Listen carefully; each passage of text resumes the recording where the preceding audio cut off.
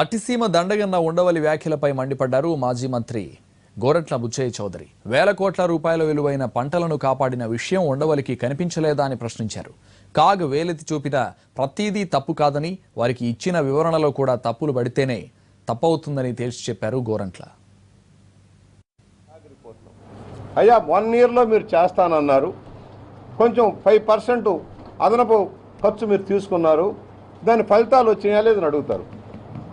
ఈ రోజున 1 ఇయర్లో ప్రాజెక్టు పూర్తి చేసి మొదటి సంవత్సరమే 8 టీఎంసీలు నీరు ఇచ్చి మనం 2500 కోట్ల పంటను మనం కాపాడుకున్నది యథార్థం కాదా?